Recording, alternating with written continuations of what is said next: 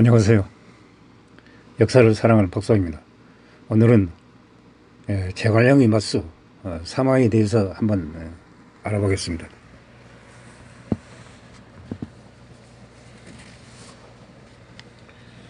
사마이는 중국 후한 삼국시대 이 나라 정치가입니다. 자는 정달 한해군 5년 사람이라고 합니다. 이 나라 군대를 이끌고 제갈량이 북부를 방어하였습니다. 공선년의 난, 왕릉의 난을 진압하였습니다. 249년 고평릉 사변을 일으켜 이 나라의 실권을 장악해버렸습니다. 후에 손자 사마이의 칭제하였습니다. 아버지는 경조인을 지낸 사마방으로 사마이는 그의 둘째 아들이라고 합니다. 형은 사마락이며 셋째 어는 사마복이었습니다. 사마이는 유년기부터 청명하여 대략을 지녔다고 합니다. 여호와의 가르침을 가슴 깊이 간직하였으며 후한 말 나라가 어지러지자 늘 천하를 걱정하는 마음을 가지고 있었다고 합니다. 체험이라는 사람이 사마의 형 사마랑에 말하였습니다. 당신 동생 사마이는 청명성실하고 결단력이 있고 영특하다. 사마랑 당신보다 낫다고 하였다고 합니다. 201년 사마이는 상계인으로 천거이 되었습니다. 저자가 사고로 했을 때였습니다. 사마이를 불렀으나 병을 핑계로 나가지 않았습니다. 저자가 상상이 되었을 때입니다. 사마이를 다시 불렀습니다. 만일 사마이가 거절하면 감옥에 넣어버리겠다고 엄포를 놨습니다. 사마이는 이를 두려워해서 문학년에 취임했다고 합니다. 저자의 아들 저비와 교제하여 학문시장이 되었습니다. 저자는 사마이가 마음속 깊이 큰 뜻을 가지고 있음을 알아채고 사마이를 신임하지 않았다고 합니다. 저자는 사마이가 당고상이란 소문을 듣고 사마이를 불렀습니다. 고개를 돌려보기 했는데 몸을 움직이지 않고도 얼굴이 똑바로 뒤를 향하였다고 합니다. 또 저자는 세 마리 말이 한 구유에서 먹이를 먹는 꿈을 꾸었습니다. 이를 매우 이상하게 생각했다고 합니다. 세 말은 훗날 이 나라를 멸망시킨 사마이, 사마사를 말한 것입니다. 저자는 저에게 사마이는 다른 사람이 신하가 될 사람이 아니다. 항상 경계할 것을 생각했다고 합니다. 저자의 아들 저비는 사마이가 평시 도움을 주고 받고 있었습니다. 저비는 아버지 저자의 말을 듣고 이 때문에 사마이를 멀리하였다고 합니다. 사마이는 저자의 이심을 거두기 위해 직무를 밤새 왔으며 가축을 기른 일까지 열심히 하였다고 합니다. 저자가 한정은 장로를 굴복시켰을 때 일입니다. 사마이는 유역과 함께 유비가 점령한 익주를 칠 것을 권유하였습니다. 저자는 받아들이지 않았다고 합니다. 결국 익주의 민심을 살려고 군을 정비한 유비가 한정을 점령하였습니다. 저자에게 큰 우환을 안겨줬다고 합니다. 의원과 방덕 등이 관우에게 대표하였습니다. 관우의 기세가 정원까지 뻗쳤습니다. 저자는 하복으로 천도를 할 것을 결심하였습니다. 사마이가 말하였습니다. 우리가 천도를 한다면 제게에게 야간 모습을 보이는 것이니 인근의 백성들에게 크게 불안해야 할 것입니다. 성군과 유비는 겉으로는 친하나 안으로는 의심하고 있습니다. 성포를 달려 관우의 후방을 기습하면 본성이 보이는 자전이 풀릴 것입니다. 저전이 이를 따랐습니다. 결국 성군은 여모로 하여금 형제를 쳤고 결국 관우는 사로잡혀 잡히게 됩니다. 이날이 태자중서자가 되어 진군 오질 주사과 함께 태자 저비의 신임을 받았습니다. 저비가 후원으로부터 선장을 받아 이나라 황제가 되었습니다. 상서로 임명되었습니다. 224년 무군대장으로 전임하게 되었습니다.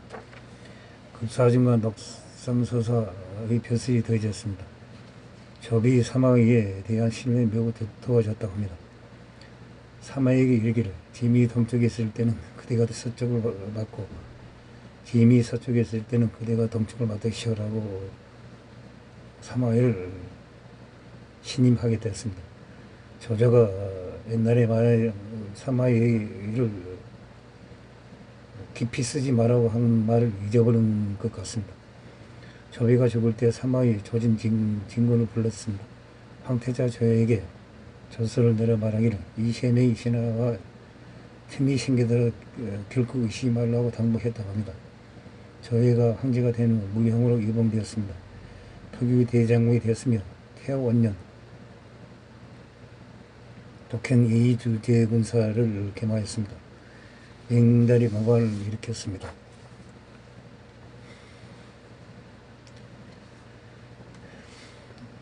사마이는 주둔진 요한에서 맹달이 있는 상령성까지 급히 행군하여 8일 만에 도착하여 16일 만에 맹달의 목을 베어버렸다고 합니다.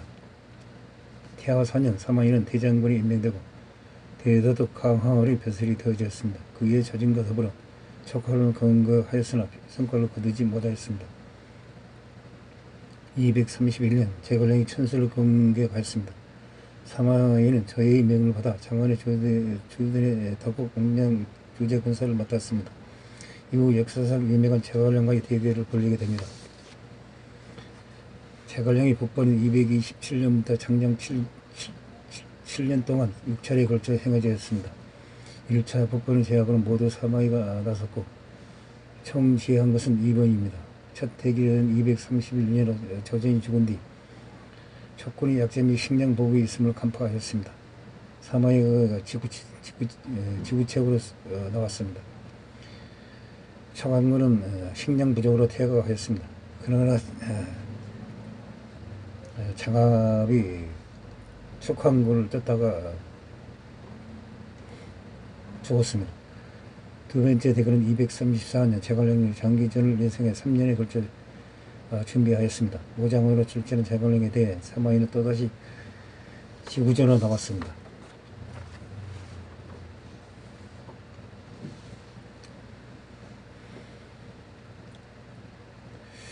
삼국지 연에서는 제갈량이 죽음을 난 사마이가 즉시 정군에 이때 제갈량은 기산에서 사마이가 지구전으로 나오자 한탄을 하는 말이 있습니다. 움직이지 않는 저는 어쩔 수 없구나 하고 여기서 병이 들어가지고 죽게 되었다고 합니다. 제갈량이 죽음을 난 사마이가 즉시 정군에 공격 명령을 내렸습니다. 제갈량의 목상을 보고 아직 제갈량이 살아있는 줄 알고 놀라서 도망쳤다고 합니다. 촉한군이 퇴각한 뒤 진정을 살피한 사마이는 제갈량을 천하의 기재라고 한탄하였다고 합니다. 우리는 여기서 방령과 선변이 대결한 과정을 엿볼 수 있습니다. 선변이 방령한테 다리가 잘리는 극형을 당하였습니다. 그 원한이 사무쳤습니다. 방령을 꼬여내어 죽이려고 이제 작전을 쌉니다. 퇴각하면서 솥단지를 아공이를 계속 틀어 나갑니다. 그 방령이 크게 웃습니다. 선배님 이름이 퇴각하면서 탈영명들이 많아졌구나. 급히 쫓으면 선배를 사라져볼 수 있다고 급히 쫓다가 오히려 죽게 됩니다. 그러나 제갈량은 퇴각하면서 오히려 솥단지를 아공이를 늘려나갑니다. 5만 개, 그 다음에 금날은 10만 개, 그 다음날에 15만 개. 그 사마이가 제갈량 쫓다가 겁을 먹습니다. 병력이 이렇게 늘어나면 내가 오히려 당하겠구나 하고 퇴각 도망을 가버렸다고 합니다. 이 사마이가 제갈량을 맞서로서 대결을 하였으나 지구전으로 나온 바람에 제갈량도 움직이지 않는 적은 어쩔 수 없구나 하고 크게 한탄을 하다가 병이 들어서 죽게 되었습니다. 사마이는 제갈량을 너무 잘 알았습니다. 트라팔가 해전에서 넬슨 제독이 나폴레옹을 물리칠 때 넬슨 제독이 나폴레옹에서 너무 잘 알았기 때문에 승리를 하였습니다. 우리는 사마이가 비록 지구지어로 나왔으나 제갈량의 의도를 너무 잘 알아가지고 지구지어로 결국 제갈량을 물리치게 하는 과정을 우리는 알 수 있습니다. 이상 사마에 대해서 이야기를 해봤습니다. 흥시 부족함을 느낍니다. 양해 부탁드립니다. 감사합니다.